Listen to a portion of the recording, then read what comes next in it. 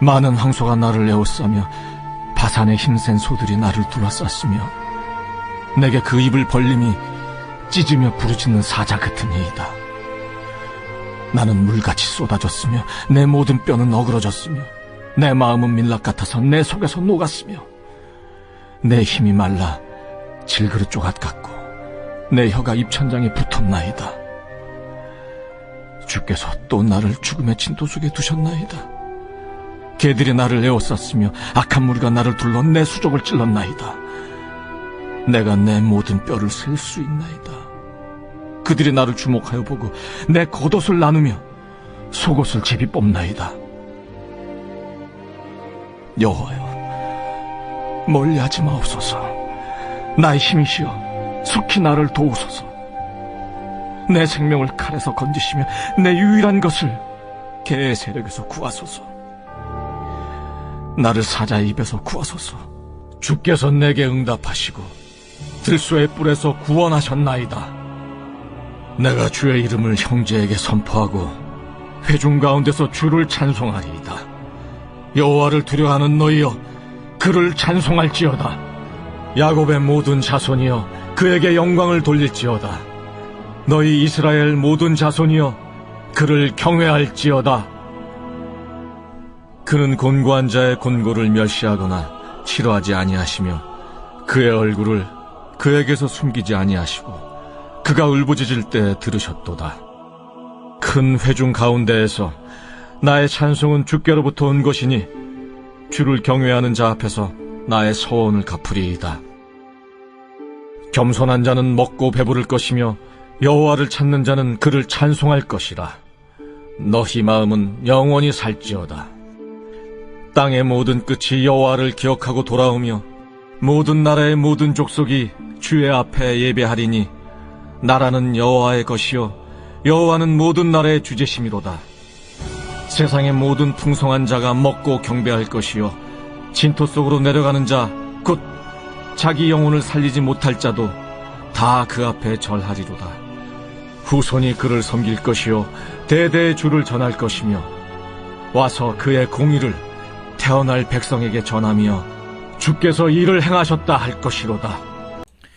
여러분 반갑습니다. 오늘도 큐티로 여는 기막힌 하루입니다. 본 말씀 시편 22편 12절부터 31절의 말씀입니다. 자, 우리는 어제 이어서 오늘도 다윗의 시편 22편을 묵상하게 됩니다. 우리가 구약의 역사서를 보면 역대 이스라엘 왕들 가운데 마지막까지 거룩을 잃어버리지 않았던 왕들이 그리 많지 않았던 것을 볼 수가 있죠. 그러나 다윗은 끝까지 하나님 앞에 거룩을 지키고 또 거룩하기를 힘썼던 몇 안 되는 하나님의 사람이었습니다. 여러분, 다윗이 마지막까지 하나님 앞에 거룩할 수 있었던 그 비결이 무엇일까요? 우리가 오늘 본문을 통해서 그것을 좀 나눌 수가 있는데요. 자, 첫 번째로는 진실한 오픈이 거룩의 비결이라는 것입니다. 저는 오늘 큐티 본문의 이 다윗의 고백을 묵상하면서 이 다윗에 대해 한 가지 확실하게 느껴지는 것이 있었습니다. 그것은 이 다윗이라는 사람이 참 건강한 자존감을 가진 사람이라는 것입니다. 자, 12절부터 13절을 보면 다윗은 자신을 둘러싸고 있는 대적을 황소와 사자에 비유하고 있습니다. 그러니까 그만큼 지금 강하고 무서운 적들이 자신을 둘러싸고 있다는 것입니다. 그런데 이렇게 무서운 적에 둘러싸여 있는 다윗은 이 자신의 속내를 놀랍도록 진실하고 솔직하게 오픈하고 있는 것입니다. 14절에서 다윗은 지금 자신이 두려움으로 인해서 마음이 쏟아지고 어그러지고 녹았다고 합니다. 또 15절에서는 지금 얼마나 두렵고 초조하면 입안의 침이 바싹 말라서 혀가 입천장에 붙었다는 것입니다. 그러면서 19절부터 21절에서 다윗은 하나님을 향해 계속해서 나를 도우소서, 구하소서, 응답하소서 부르짖고 있는 것입니다. 여러분, 특별히 저는 오늘 이 말씀을, 이 다윗의 고백을 이 같은 남성의 입장에서 한번 묵상해 보았습니다. 그랬을 때 이 다윗이 이렇게 솔직하게 자신의 속내를 오픈하는 것이 얼마나 어려운 일인지가 참 공감이 되었습니다. 여러분, 가정에서 많은 아내들이 이 남편에 대해서 답답해하는 것이 있죠. 그것은 도대체 내 남편의 속내를 모르겠다는 것입니다. 여러분, 대부분의 여성들은 어떤 일이 있고 문제가 생기면 그것을 드러내고 말하는 편이죠. 그러나 반대로 남성들은요, 뭔가 문제가 생기면 속내를 표현하지 않고 드러내지 않습니다. 오히려 입을 굳게 다뭅니다. 여러분, 그래서 아내들은 도대체 지금 내 남편이 무슨 생각을 하고 있고 무슨 마음을 품고 있는지 알지 못해서 답답해하기도 하고 서운해하기도 합니다. 자, 그러면 도대체 남자들은 왜 그러는 걸까요? 여기에는 우리 아내들이 꼭 이해해야 될, 우리 여성들이 꼭 이해해야 될 한 두 가지 정도의 슬픈 사연이 있습니다. 먼저는 남자들은 사회로부터 받는 억압이 있습니다. 자, 우리 여성들은 잘 모르겠지만 우리 남성들은요, 공공 화장실에 가서 소변기 앞에 서게 되면 어김없이 눈앞에 마주보게 되는 문구가 하나 있습니다. 그게 뭐냐면, 남자가 흘리지 말아야 될 것은 눈물만이 아닙니다 라고 하는 문구입니다. 여러분, 이 문구의 뜻을 이해하십니까? 안 가시는 분은 스스로 한번 답을 찾아보시기 바랍니다. 남자가 흘리지 말아야 될 것은 눈물만이 아니다. 여러분, 이 문구 하나에도 알 수 있는, 이 사회가 남성들에게 요구하는 것이 있죠. 그것은 남자는 감정을 드러내면 안 된다는 것입니다. 남자가 자신의 감정을 쉽게 드러내는 것은 남자답지 못하다는 것입니다. 여러분, 어렸을 때부터 우리 남성들이 이런 학습을 받고 자라는 것입니다. 그래서 표현이 잘 안 되는 것이 있습니다. 여러분, 그러나 남자가 자신의 속내를 솔직하게 드러내지 못하는 데는 더 중요한 이유가 있습니다. 그것은 바로 두려움입니다. 자신의 속내를 솔직하게 드러내는 것을 어려워하는 사람일수록 사실은 그 안에 더 큰 두려움이 자리 잡고 있다는 것입니다. 여러분, 아까 말씀드린 것처럼 사회로부터 남자란 자고로 강해야 된다는 것을 어릴 적부터 학습받아 왔습니다. 그래서 자신의 속내를 솔직하게 드러냈다가는 지금 내가 약하다는 것이 들켜지는 것이 우리 남자들은 두려운 것입니다. 이런 남자들은 두려움의 크기가 큰 만큼 더 침묵하게 되고 더 숨게 되는 것입니다. 물론 그것은 침묵하는 여성들도 마찬가지일 것입니다. 여러분, 그러나 분명한 사실은 무엇입니까? 남자든 여자든 다 똑같이 연약한 인간일 뿐이라는 것입니다. 문제가 생기고 고난이 닥치면 두렵고 힘든 것은 누구나 마찬가지입니다. 다만 그 두려움과 연약함을 솔직하게 인정하느냐 아니면 아닌 척하느냐, 그 차이만 있을 뿐인 것이죠. 그런데 이런 척하는 것이 강한 사람의 가장 큰 문제는 하나님 앞에서도 척하려고 한다는 것입니다. 하나님 앞에서도 안 힘든 척, 안 슬픈 척, 안 괴로운 척하면서 도무지 엎드려지지를 못한다는 것입니다. 여러분, 그러나 우리 예수님을 한번 생각해 보십시오. 예수님이야말로 남자의 몸으로 이 땅에 오신 모든 남성을 대표하는 남성의 롤모델이라고 할 수 있죠. 그런데 성경에 나타나는 예수님은 자신의 속내를 감추거나 감정을 속이는 분이 아니었습니다. 오히려 예수님은 자신의 모든 감정을 솔직하게 드러내시고 공유하셨습니다. 히브리서 5장 7절은 이렇게 말합니다. 그는 육체에 계실 때 자기를 죽음에서 능히 구원하실 이에게 심한 통곡과 눈물로 간구와 소원을 올렸고 그의 경건하심으로 말미암아 들으심을 얻었느니라. 여러분, 성경을 보면 예수님은 십자가를 앞두고 두려워하는 것을 감추지 않으셨습니다.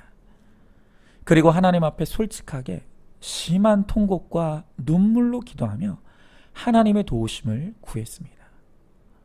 여러분, 우리는 이 예수님을 보며 남자도 눈물을 흘릴 수 있다는 것을, 남자도 두려울 수 있다는 것을, 그리고 그것이 건강한 것임을 배울 수 있어야 합니다. 여러분, 바로 그런 면에서 이 다윗은 내면이 참 건강하고 오히려 용기 있는 사람이라고 할 수 있죠.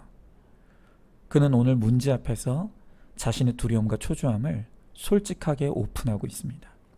그리고 자신은 이 문제를 해결할 수 없는 연약한 사람이라는 것을 인정하고 있습니다. 그리고 그 연약함을 그대로 하나님 앞에 가지고 나가서 하나님의 도우심과 응답하심을 구하고 있는 것을 우리가 보는 것입니다. 바로 이렇게 솔직하고 진실하게 자신을 오픈하는 사람에게 참된 도우심과 은혜가 임하게 됩니다. 자, 한번 질문해 봅니다. 지금 우리 사회가 남자들에게 가지고 있는 편견이 무엇이라고 생각하십니까? 자신의 속내와 감정을 솔직하게 드러내는 것을 어떻게 생각하고 있습니까? 하나님 앞에서도 척하는 것을 버리지 못해서 도움을 구하지 못하고 있지는 않습니까? 나의 연약함과 감정을 솔직하게 오픈하고 드러내어서 참된 위로와 도움을 경험하시기 바랍니다. 자, 두 번째로 진실한 오픈이 가능하려면 올바른 대상이 있어야 합니다.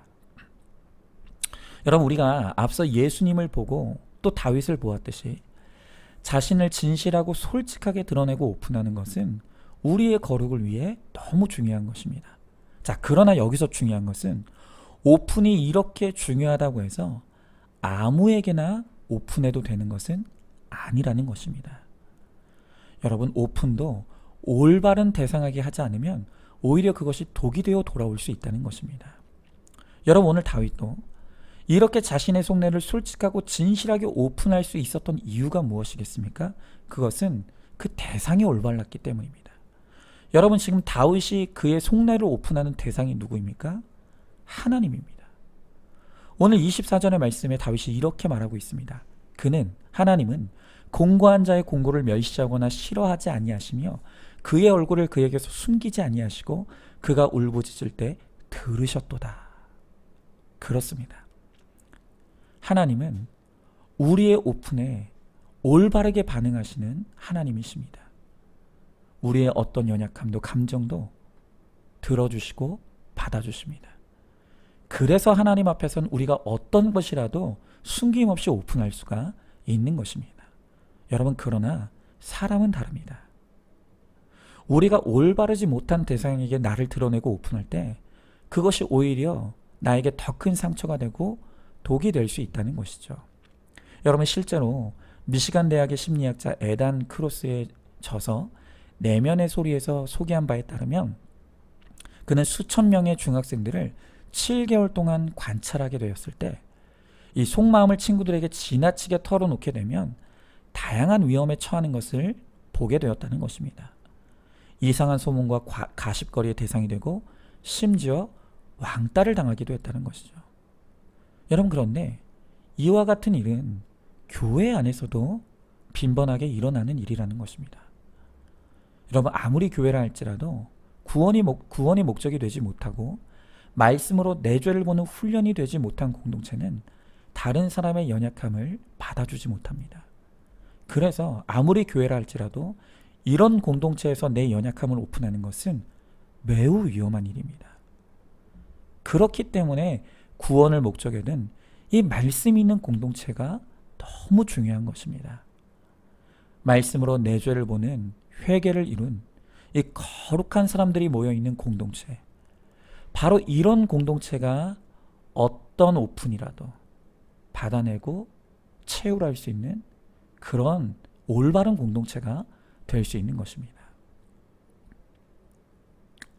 여러분, 특별히 우리가 어떤 사람이라도 찾아와서 솔직하게 오픈하고 나누고 싶은 올바른 대상, 그리고 올바른 공동체가 되기 위해 우리가 반드시 훈련해야 될 것이 바로 경청입니다.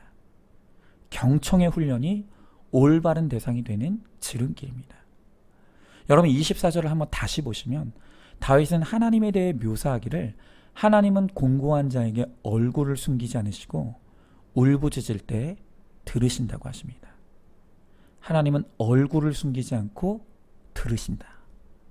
여러분, 이 하나님에 대한 묘사를 한마디로 표현한다면 하나님은 경청하시는 하나님이라는 것입니다. 여러분, 경청이란 무엇입니까? 얼굴을 상대방에게 가까이 대는 것입니다. 즉, 집중하는 것입니다. 그리고 상대방의 말을 인내를 가지고 잘 들어주는 것입니다. 여러분, 바로 이 경청에서 치유와 회복이 일어납니다. 그것은 부부 사이도 마찬가지입니다. 부부 사이에서도 건강한 대화와 교감이 일어나기 위해서는 바로 이 경청의 태도가 너무 중요합니다. 여러분, 저는 개인적으로 저와 제 아내가 이 특별한 일이 없으면 매일마다 저녁을 먹고 한 1시간 30분씩 함께 걸으며 운동하는 시간을 갖습니다. 그렇게 매일마다 1시간 30분을 함께 걸으면서 참 많은 이야기를 합니다. 그리고 그것은 누가 일방적으로 말하고 또 누군가는 듣기만 하는 그런 것이 아니라 서로 대화를 주고받는 아주 건강한 대화가 이루어지고 있습니다. 여러분, 그러나 저희 부부도 처음부터 이것이 가능했던 것이 아닙니다. 특별히 제가 큐티 사역을 처음 시작했을 때 저는 어설프게 구속사의 정답을 좀 먼저 알았다는 이유로 저보다 받아들이는 속도가 느렸던 아내에게 사사건건 정답을 외치며 가르치기만 했습니다. 그리고 솔직히 그 아내는 깨닫지 못하는 것 같은 아내를 향한 답답함과 정죄의 마음이 있었습니다. 그런데 어느 날 아내로부터 당신은 정말 재수없다고, 당신은 매사에 대화가 아니라 나를 가르치려고만 한다고 원망의 말을 듣게 되었습니다. 그때 그 아내의 말이 저에게 적지 않은 충격이 되었습니다.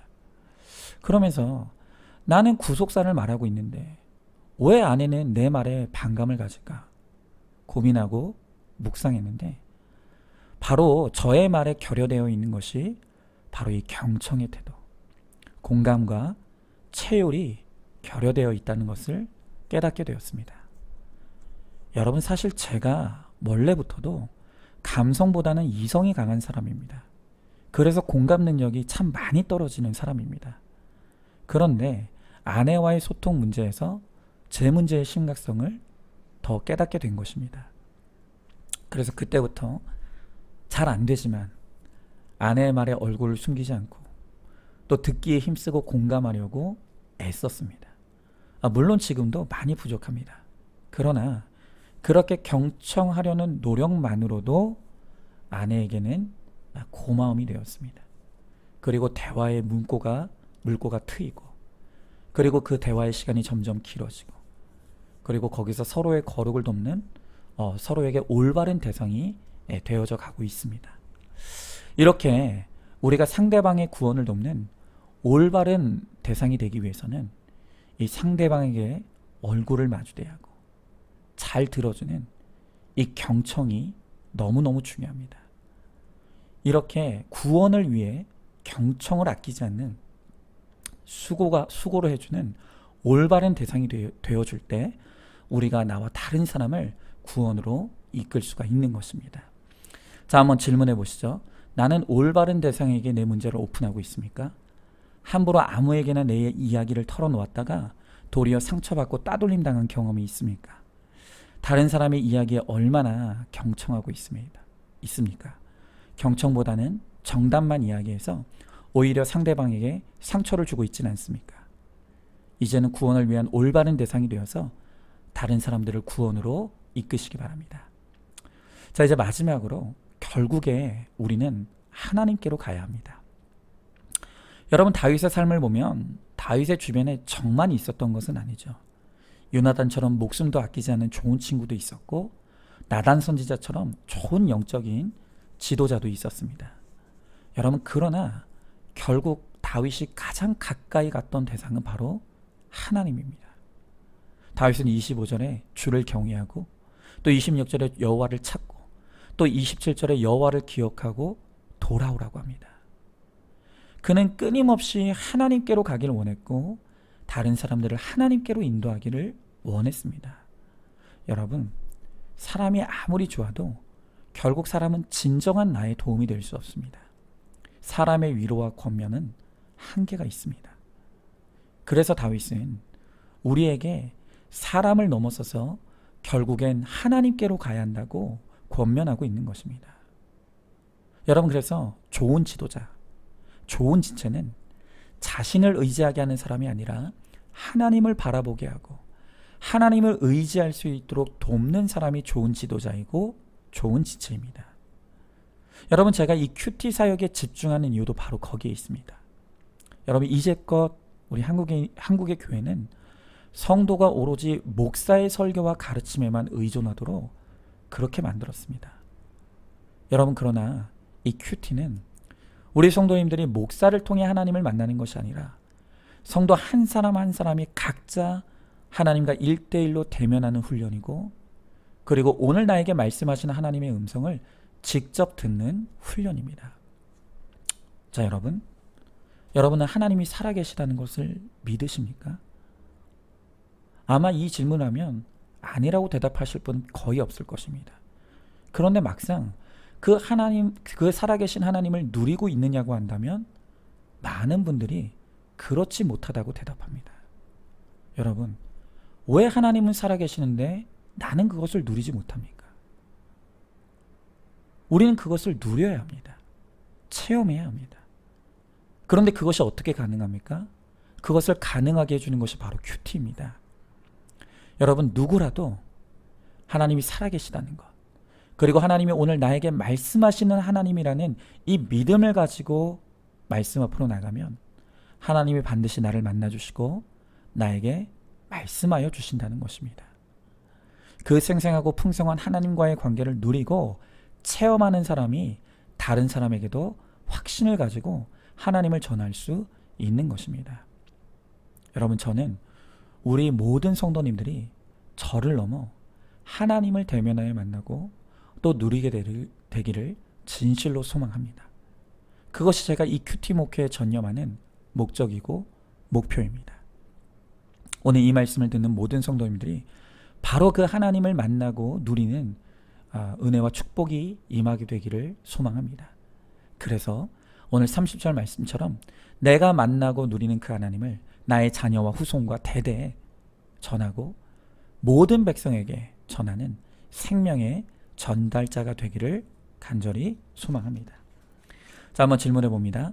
나에게는 살아계신 하나님에 대한 확실한 믿음과 체험이 있습니까? 여전히 목회자의 설교, 다른 사람의 간증을 통해서 하나님에 대해 듣기만 하고 있지는 않습니까? 믿음으로 큐티할 때 하나님께서 내게 찾아오시고 말씀하신다는 것을 믿으십니까?